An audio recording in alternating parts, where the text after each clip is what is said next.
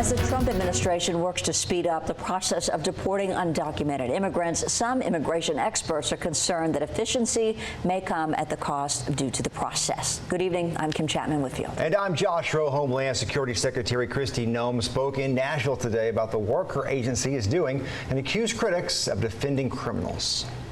Now, all of these criminals are evil. They're horrible human beings. They're the worst of the worst. And America is safer because they're off of our streets, because of the work of the individuals behind me, but all of the agents and officials within HSI and ICE. Rioters, criminal thugs, legacy media, open border politicians, often you'll hear them standing up and defending the evil criminals that I've been talking about. Secretary Noem also accused leftists of trying to intimidate ICE officers. This all comes as DHS prepares to send more ICE agents to Nashville, as well as adding additional immigration judges. Today, News Channel 9's Mary Beth Mangrum talked to an immigration attorney about what these changes would mean for people detained by ICE. Mary Beth. Kim, Josh, in today's press conference, Secretary Kristi Noem announced the plan to provide more agents and resources to the Nashville area. Immigration attorney Terry Olson says added support and changes in that city could eventually affect our area. We're going after the worst of the worst every single day, get the murderers, the rapists, the child pedophiles and pornographers off of our streets and out of this country. Secretary Kristi Noem speaking in Nashville Friday morning and sharing details on the undocumented people apprehended by ICE. Since President Trump has taken office, we have arrested almost 300,000 and more criminals and illegal aliens here in the United States of America and brought them to justice and deported them out of our country. Saying there are plans to further support Nashville ICE operations by adding dozens of agents. More individuals and more agents, but they'll also see more training and equipment. We'll see more investigative tools that will be able to be utilized. I do believe in a year or two we could see ICE here more actively. I just don't think there's enough ICE agents now. Immigration attorney Terry Olson has worked in the state of Tennessee for decades, and with Noem's claim of who they pursue, the Trump administration has specifically targeted the worst of the worst. Olson can't agree. The majority of people who have been arrested and also detained are individuals who have ongoing immigration matters.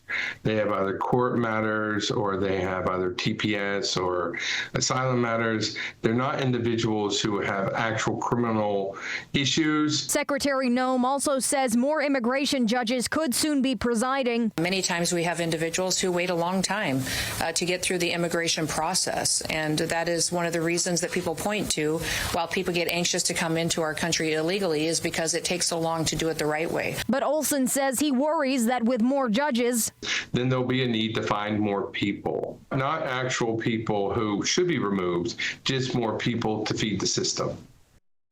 Secretary Noem also says that ICE agents are now facing an 830% increase in violence against them and their families. Kim?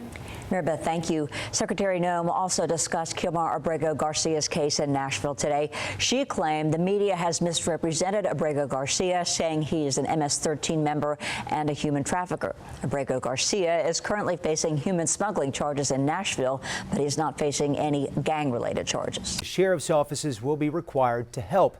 It's part of a new law that forces counties to participate in an ICE program, assisting in jails, on task forces, and a whole lot more. But right now, only about a third of Texas counties are signed on.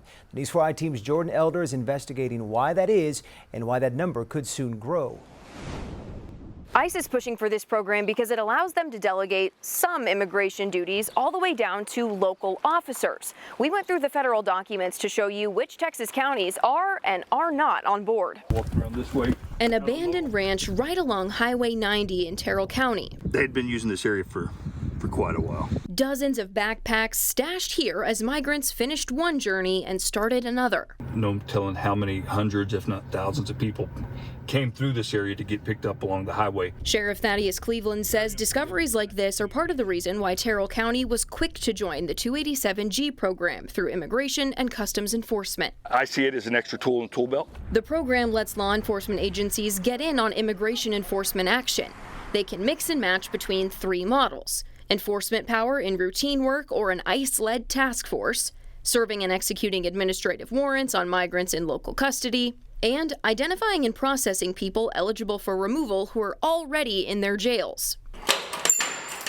Sheriff Cleveland says that's likely the easiest option for counties to sign up for. So they'll spend their time here and then they'll transfer over into ICE custody? Yes, ma'am. It'll allow us to identify them and then either turn them over to Border Patrol or ICE once they've served their time. About a third of all Texas counties have signed on to at least one model. But on the border, where sheriffs are arguably more likely to run into illegal aliens, Terrell is one of only 2 counties with a 287G agreement.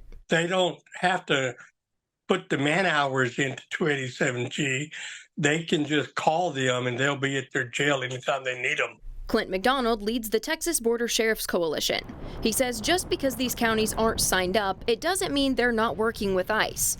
Many of them just don't have the manpower to send deputies to training and then take them off the streets to work with ICE. But some of the trainings have now moved online. They've made it a lot easier for the counties.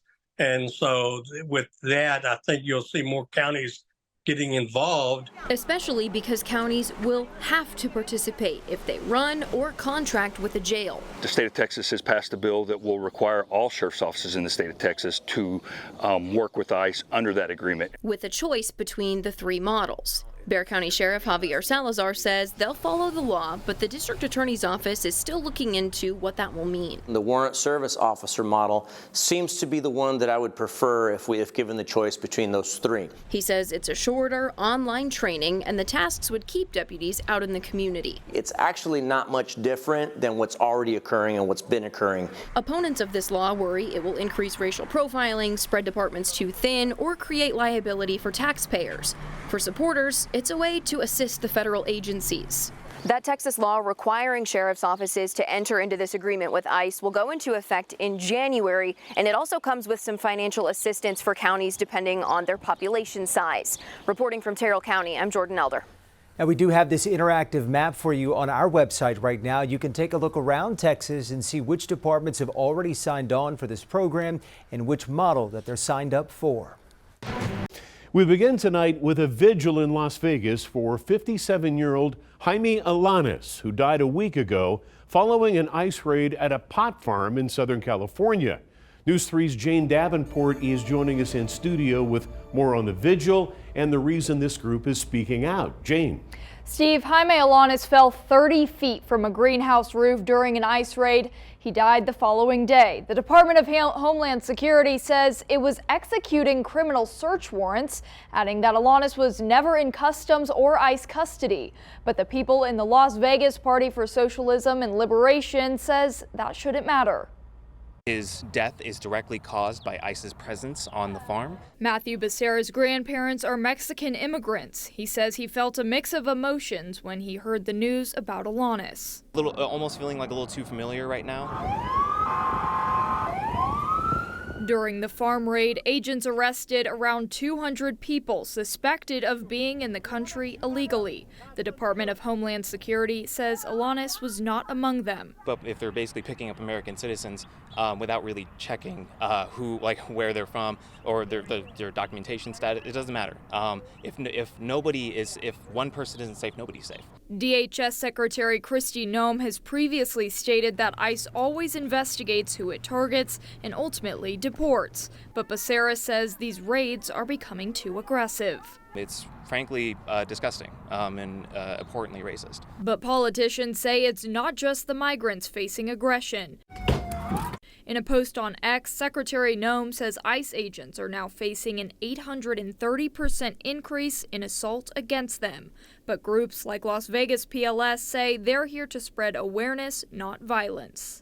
We are coming at this from a place of love. We love our community, we love our family members, and we want to make sure that we all want to stay safe in this these turbulent times. Now, the Trump administration is currently averaging more than 14,000 deportations per month. Next week, the Las Vegas PSL says they're hosting a protest in front of the Henderson County Detention Center. Steve?